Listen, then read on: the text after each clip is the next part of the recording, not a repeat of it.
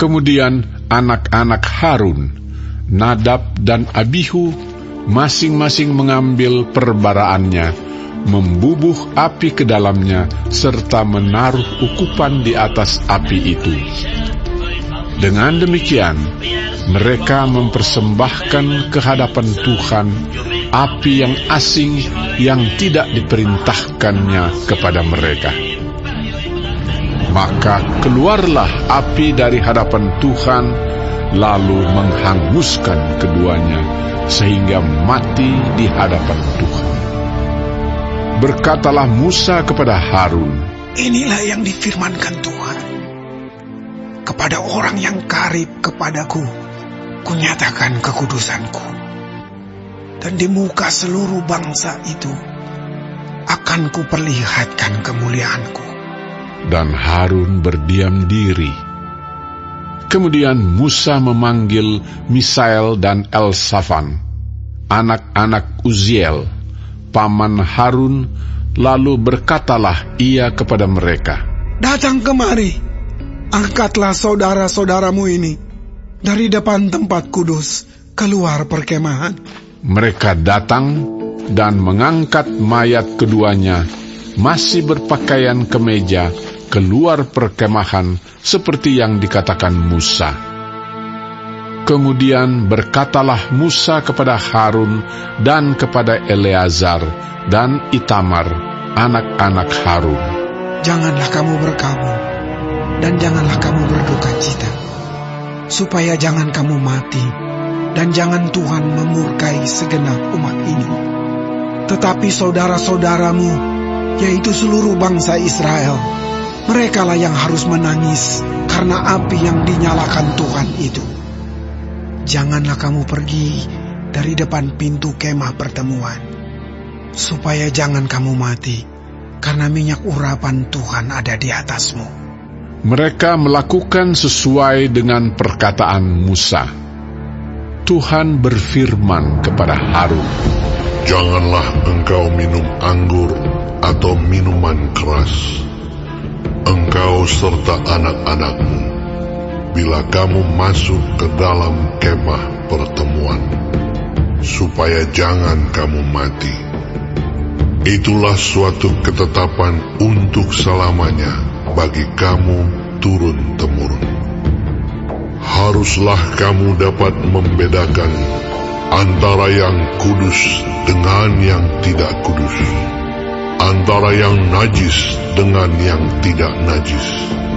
Dan haruslah kamu dapat mengajarkan kepada orang Israel segala ketetapan yang telah difirmankan Tuhan kepada mereka dengan perantaraan Musa." Kemudian berkatalah Musa kepada Harun dan kepada Eleazar dan Itamar, anak-anak Harun yang tinggal itu, "Ambillah korban sajian yang tinggal dari segala korban api-apian Tuhan, dan makanlah itu sebagai roti yang tidak beragi di samping mezbah, karena itulah bagian maha kudus. Haruslah kamu memakannya di suatu tempat yang kudus, karena itulah ketetapan bagimu dan anak-anakmu dari segala korban api-apian Tuhan. Sebab demikianlah diperintahkan kepadaku. Dada persembahan unjukan dan paha persembahan khusus itu haruslah kamu makan di suatu tempat yang tahir. Engkau ini serta anak-anakmu laki-laki dan perempuan, karena semuanya diberikan sebagai ketetapan bagimu dan anak-anakmu dari segala korban keselamatan orang Israel. Paha persembahan khusus dan dada persembahan unjukan itu haruslah dibawa mereka ke tempat segala korban api-apian yang dari lemak itu, supaya dipersembahkan sebagai persembahan unjukan di hadapan Tuhan. Itulah suatu ketetapan untuk selamanya bagimu, serta bagi anak-anakmu, seperti yang diperintahkan Tuhan." Kemudian Musa mencari dengan teliti kambing jantan korban penghapus dosa itu Tetapi ternyata kambing itu sudah habis dibakar. Sebab itu dimarahinyalah Eleazar dan Itamar, anak-anak Harun yang tinggal itu. Katanya, "Mengapa tidak kamu makan korban penghapus dosa itu di tempat yang kudus? Bukankah itu suatu bagian maha kudus dan Tuhan memberikannya kepadamu, supaya kamu mengangkut kesalahan umat itu dan mengadakan pendamaian bagi mereka di hadapan Tuhan? Lihat, darahnya itu tidak dibawa masuk ke dalam tempat kudus. Bukankah seharusnya kamu memakannya di tempat kudus, seperti yang telah kuperintahkan?" Lalu berkatalah Harun kepada Musa, "Memang benar, pada hari ini mereka telah mempersembahkan korban penghapus dosa dan korban bakaran mereka ke hadapan Tuhan.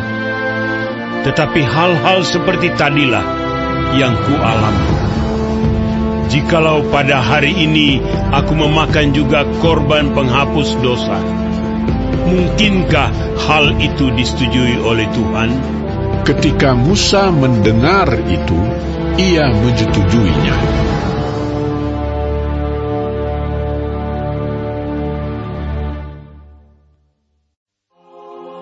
Lalu Tuhan berfirman kepada Musa dan Harun. Katanya kepada mereka, Katakanlah kepada orang Israel begini, inilah binatang-binatang yang boleh kamu makan dari segala binatang berkaki 4 yang ada di atas bumi. Setiap binatang yang berkuku belah, yaitu yang kukunya berselah panjang, dan yang memamah biak, boleh kamu makan. Tetapi inilah yang tidak boleh kamu makan, dari yang memamah biak atau dari yang berkuku belah. Unta, karena memang memamah biak, tetapi tidak berkuku belah, haram itu bagimu. Juga pelanduk, karena memang memamah biak, tetapi tidak berkuku belah, haram itu bagimu. Juga kelinci, karena memang memamah biak, tetapi tidak berkuku belah, haram itu bagimu. Demikian juga babi hutan, karena memang berkuku belah, yaitu kukunya berselah panjang, tetapi tidak memamah biak, haram itu bagimu. Daging binatang-binatang itu janganlah kamu makan, dan bangkainya janganlah kamu sentuh, haram semuanya itu bagimu. Inilah yang boleh kamu makan dari segala yang hidup di dalam air, segala yang bersirip dan bersisik di dalam air, di dalam lautan dan di dalam sungai. Itulah semuanya yang boleh kamu makan. Tetapi segala yang tidak bersirip atau bersisik di dalam lautan dan di dalam sungai, dari segala yang berkeriapan di dalam air dan dari segala makhluk hidup yang ada di dalam air, semuanya itu kejijikan bagimu. Sesungguhnya haruslah semuanya itu kejijikan bagimu. Dagingnya janganlah kamu makan, dan bangkainya haruslah kamu jijikkan. Segala yang tidak bersirip dan tidak bersisik di dalam air adalah kejijikan bagimu. Inilah yang harus kamu jijikkan dari burung-burung. Janganlah dimakan, karena semuanya itu adalah kejijikan. Burung raja wali, erin janggut dan elang laut, elang merah dan elang hitam menurut jenisnya.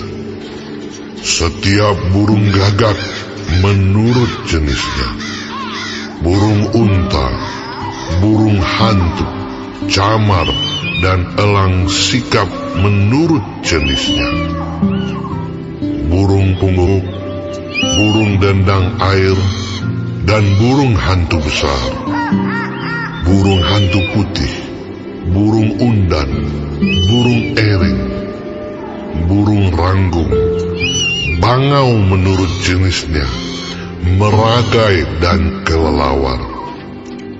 Segala binatang yang merayap dan bersayap dan berjalan dengan keempat kakinya adalah kejijikan bagimu. Tetapi inilah yang boleh kamu makan dari segala binatang yang merayap dan bersayap dan yang berjalan dengan keempat kakinya, yaitu yang mempunyai paha di sebelah atas kakinya untuk melompat di atas tanah. Inilah yang boleh kamu makan dari antaranya. Belalang-belalang menurut jenisnya, yaitu belalang-belalang gambar menurut jenisnya, belalang-belalang kunyit menurut jenisnya, dan belalang-belalang padi menurut jenisnya. Selainnya, segala binatang yang merayap dan bersayap dan yang berkaki empat adalah kejijikan bagimu. Semua yang berikut akan menajiskan kamu. Setiap orang yang kena kepada bangkainya menjadi najis sampai matahari terbenam. Dan setiap orang yang ada membawa dari bangkainya haruslah mencuci pakaiannya, dan ia menjadi najis sampai matahari terbenam, yakni segala binatang yang berkuku belah, tetapi tidak bersela panjang, dan yang tidak memamah biak. Haram semuanya itu bagimu, dan setiap orang yang kena kepadanya menjadi najis. Demikian juga segala yang berjalan dengan telapak kakinya.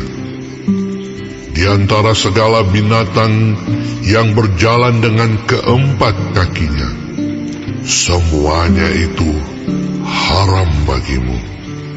Setiap orang yang kena kepada bangkainya menjadi najis sampai matahari terbenam. Dan siapa yang membawa bangkainya haruslah mencuci pakaiannya, dan ia menjadi najis sampai matahari terbenam. Haram semuanya itu bagimu. Inilah yang haram bagimu di antara segala binatang yang merayap dan berkeriapan di atas bumi: tikus buta, tikus dan katak menurut jenisnya, dan landak, biawak dan bengkarung, siput dan bunglon. Itulah semuanya yang haram bagimu di antara segala binatang yang mengeriap. Setiap orang yang kena kepada binatang-binatang itu sesudah binatang-binatang itu mati menjadi najis sampai matahari terbenam. Dan segala sesuatu menjadi najis kalau seekor yang mati dari binatang-binatang itu jatuh ke atasnya. Perkakas kayu apa saja, atau pakaian, atau kulit, atau karung, setiap barang yang dipergunakan untuk sesuatu apapun haruslah dimasukkan ke dalam air dan menjadi najis sampai matahari terbenam, kemudian menjadi tahir pula. Kalau seekor dari binatang-binatang itu jatuh ke dalam sesuatu belanga tanah, maka segala yang ada di dalamnya menjadi najis, dan belanga itu harus kamu pecahkan.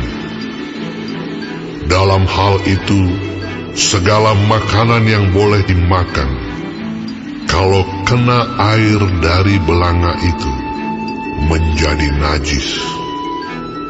Dan segala minuman yang boleh diminum dalam belanga seperti itu, menjadi najis.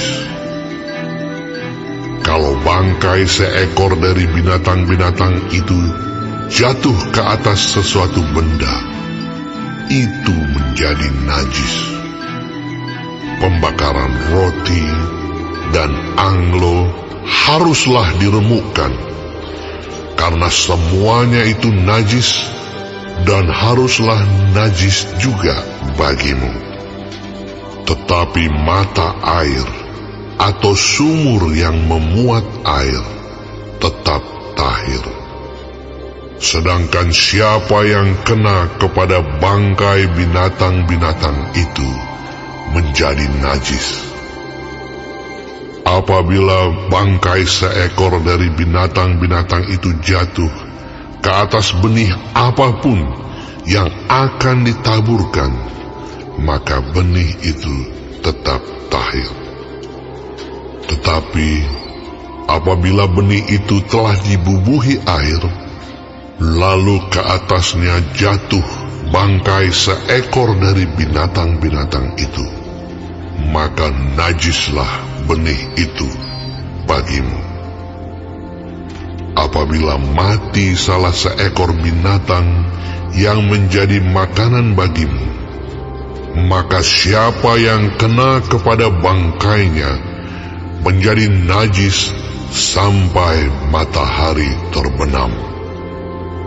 Dan siapa yang makan dari bangkainya itu haruslah mencuci pakaiannya, dan ia menjadi najis sampai matahari terbenam. Demikian juga siapa yang membawa bangkainya haruslah mencuci pakaiannya, dan ia menjadi najis sampai matahari terbenam. Segala binatang yang merayap dan berkeriapan di atas bumi adalah kejijikan, janganlah dimakan. Segala yang merayap dengan perutnya, dan segala yang berjalan dengan keempat kakinya, atau segala yang berkaki banyak, semua yang termasuk binatang yang merayap dan berkeriapan di atas bumi, janganlah kamu makan, karena semuanya itu adalah kejijikan. Janganlah kamu membuat dirimu jijik oleh setiap binatang yang merayap dan berkeriapan. Dan janganlah kamu menajiskan dirimu dengan semuanya itu, sehingga kamu menjadi najis karenanya. Sebab akulah Tuhan Allahmu, maka haruslah kamu menguduskan dirimu, dan haruslah kamu kudus, sebab aku ini kudus. Dan janganlah kamu menajiskan dirimu dengan setiap binatang yang mengeriap dan merayap di atas bumi. Sebab akulah Tuhan yang telah menuntun kamu keluar dari tanah Mesir, supaya menjadi Allahmu. Jadilah kudus, sebab aku ini kudus.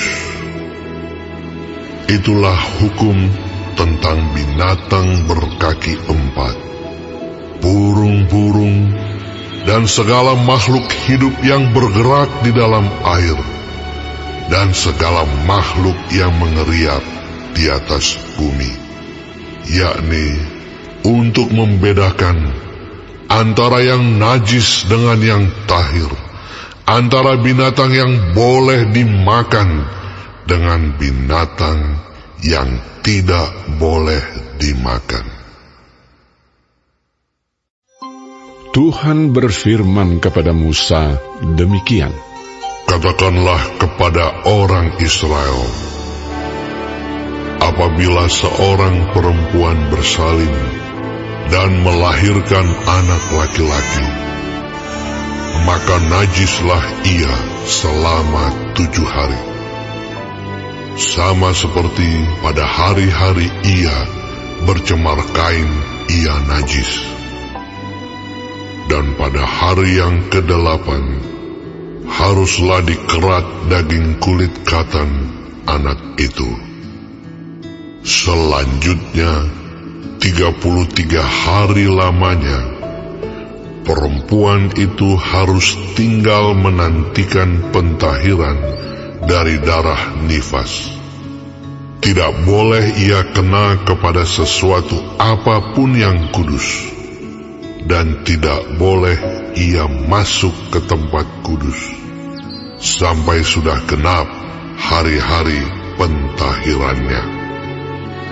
Tetapi jikalau ia melahirkan anak perempuan, maka najislah ia selama 2 minggu, sama seperti pada waktu ia bercemar kain. Selanjutnya, 66 hari lamanya, ia harus tinggal menantikan pentahiran dari darah nifas. Bila sudah genap hari-hari pentahirannya, maka untuk anak laki-laki atau anak perempuan haruslah dibawanya seekor domba berumur 1 tahun sebagai korban bakaran, dan seekor anak burung merpati atau burung tekukur sebagai korban penghapus dosa ke pintu kemah pertemuan, dengan menyerahkannya kepada imam. Imam itu harus mempersembahkannya ke hadapan Tuhan dan mengadakan pendamaian bagi perempuan itu. Demikianlah perempuan itu ditahirkan dari leleran darahnya. Itulah hukum tentang perempuan yang melahirkan anak laki-laki atau anak perempuan. Tetapi jikalau ia tidak mampu untuk menyediakan seekor kambing atau domba, maka haruslah ia mengambil 2 ekor burung tekukur atau 2 ekor anak burung merpati, yang seekor sebagai korban bakaran dan yang seekor lagi sebagai korban penghapus dosa. Dan imam itu harus mengadakan pendamaian bagi perempuan itu, maka tahirlah ia.